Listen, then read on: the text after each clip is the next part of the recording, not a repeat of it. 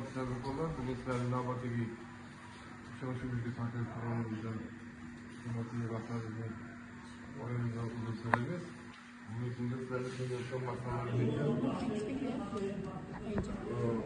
muloqot qilib, qiynayotgan masalalarni talab qilishni yo'nalishga to'g'ri yordam beradigan so'zlarimiz bo'yicha masalani ichki harakat qilamiz. Shuning uchun bugungi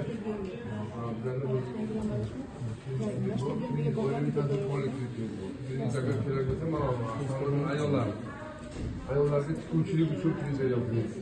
Milliy shirinliklar pishirish, qandolatchilik, hamma yo'nalishda kriz bor. Krizni muddati 6 yilgacha, 3 yilgacha har bir yilga yarasha turlari bor. Misol uchun hamroh ayol krizi bor. Hamroh ayol 100 milliongacha misaldan bezalov. Kafil bilan bezalov beriladi. Ayollar uchun shirinliklar. Tadbirkorlikni faoliyat yuritish uchun tadbirkorlar uchun kriz bor, naqd beriladi.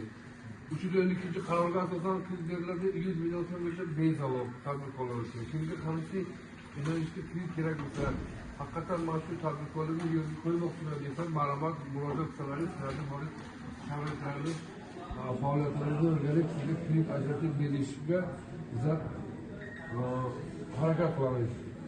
Banklarni xalq bankini bugungi kunda o'ndan ziyod produktlar bor, kreditchilar. Shu turlarni biz talabaga sizlarga tushuntirib bersak, qaysi birlariga marhamat. Shu kredit olmoqchi bo'lsangiz